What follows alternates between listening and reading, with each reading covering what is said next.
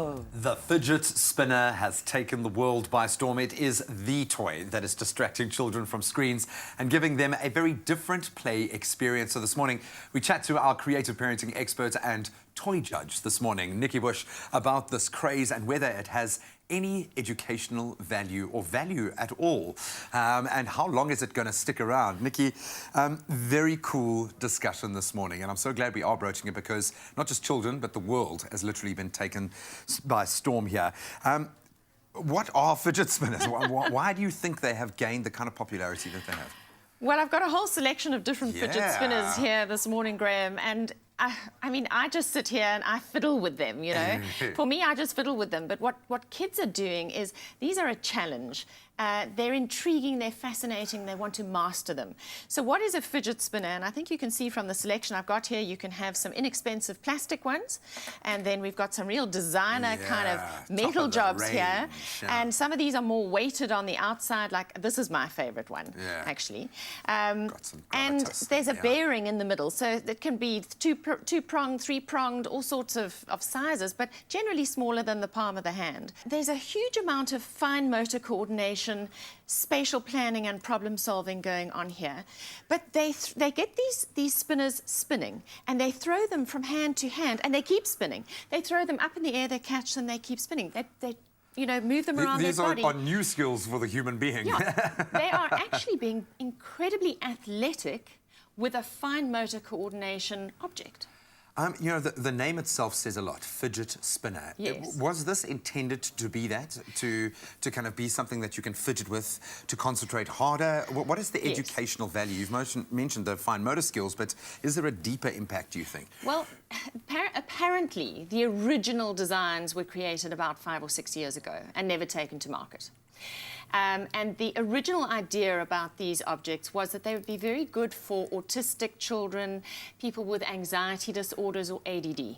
Okay. Because they kind of, anybody who's sensory seeking, and you know the executive director who sits there with that little foot tapping, and I want to go, hey, stop it, you're distracting me. So instead of foot tapping, you can actually sit and fiddle with this kind of thing. And for some people, movement is necessary for learning and for concentration. So the original intention of these was actually for people who needed the therapeutic value. Okay. Does it work? It actually does. I have to be honest. If I sit and fiddle with this for a couple of minutes, I feel calmer. So for the average person, it makes you feel calmer. And you know, one of the things that we talk about often on the show is screens are great, but how do we get kids off a screen? And this is one of the things that is getting kids off a screen, because I think it's the fascination value. It's also the brain-body connection. So while I'm busy fiddling and faffing with this, I can actually feel my brain being flooded with endorphins. There's happiness hormones being released that are different to what happens to me on a screen. And I can promise you she is not being paid to endorse this product. Thank you so much for going as in-depth as you have into this discovery. It's cool to see you getting a kick out of this as well. But I've got this vision in my mind of CEOs of companies in high-pressure pitches just walking in with their spinner. But we're going to continue this very interesting chat, get a little deeper into what it could mean for your child. And also the craze element of that is something I'm really interested in finding out a bit more about. But you can let us know what you think of these spinners. Hit us up on our Expresso Morning Show Facebook page. It's my feel-good breakfast show.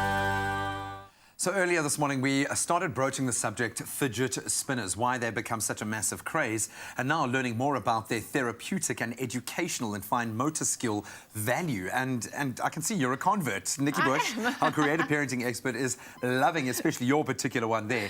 But when we look at this as being a craze, why has it taken off in the way? Because you said they've been around for a while, but now they really seem to be a craze. Yeah, so they hit the States in December, and they hit our shores about a month or so ago, and suddenly you see all these kids using them. Everywhere. One of the reasons why they are so popular is because they're so accessible. So now you're seeing so much value in these. Why are schools banning them? So yes, the educational value from fine motor coordination to actually stimulating the tips of the tactile, fingers. yeah. Very tactile, very multi-sensory play experience. The problem is that it's all very well if 2 or 3 kids who have ADD or whatever are using them as a learning assistance tool. But when you have 35 kids in a class all sitting there in front of the teacher spinning an object, I think that must be hell of a distracting. Thinking with half of their mind as well. You know, it is supposed to be a tool that leads to concentration, but I think when there's an en masse, you know, group playing with them, it will be distracting for the teacher, let alone anybody else. So I think that that's why they're being banned from classrooms. Also, if you take these metal ones, these, if they're used as missiles in the playground, could be quite dangerous. I mean, So we've seen a be lot very of careful. crazes go south when they enter onto the schoolyard. So I think basic common sense applies. If there's too many in a classroom, they can't be used. The kind of kids who should really be using them are the kids who should be sitting on those balls or foam wedges or using a stress ball for anxiety during class. Those are the kids who really need them. If I was a teacher, I would be a bit smart. And I'd say, right, we've got a double period of science right now.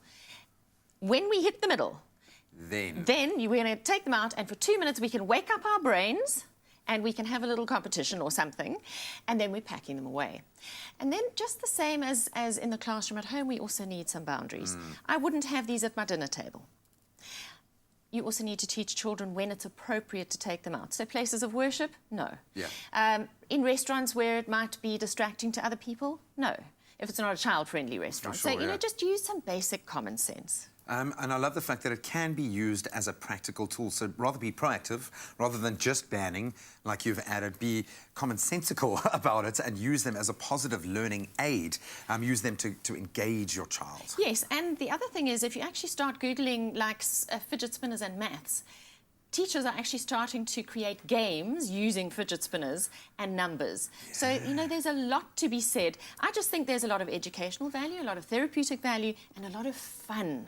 It's just cool, man. We're Just say it, looking Nikki. for It's just fun. really It's cool. It's fun, new you know. toy. Oh, I love it. Thank you again so much for really putting this little gizmo to the test. The fidget spinner seems to get 2 thumbs up, but it's got to be used in the right way. Use this as an opportunity to learn and to engage your child's senses, but make sure that common sense plays a role as well.